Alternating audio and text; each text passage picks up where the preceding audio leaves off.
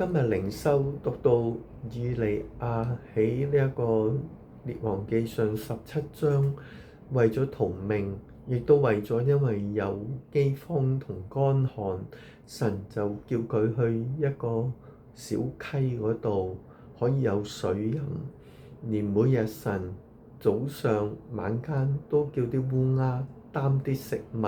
俾以利亞養活佢。大家看見神嘅眷顧嗎？以利亞一個專心愛主嘅人，就得着神極大嘅眷顧，甚至行神蹟，叫烏鴉擔食物俾佢。不但如此，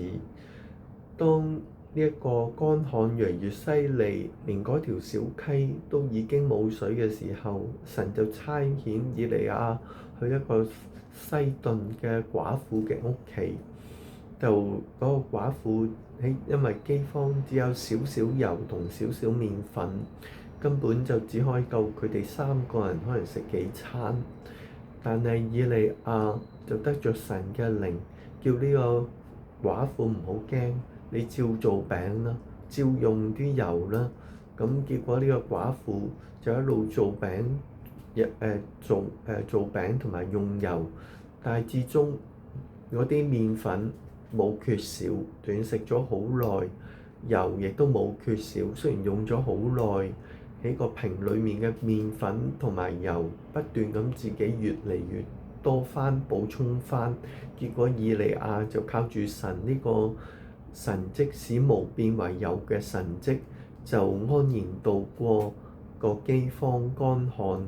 同埋呢一個亞哈王同埋耶洗別皇后嘅追殺。願大家睇到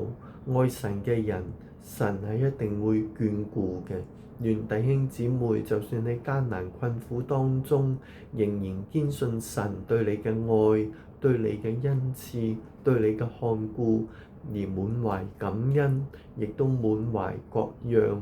勇敢、謹守同埋仁愛嘅心去傳揚福音。奉主耶穌名祈求，阿門。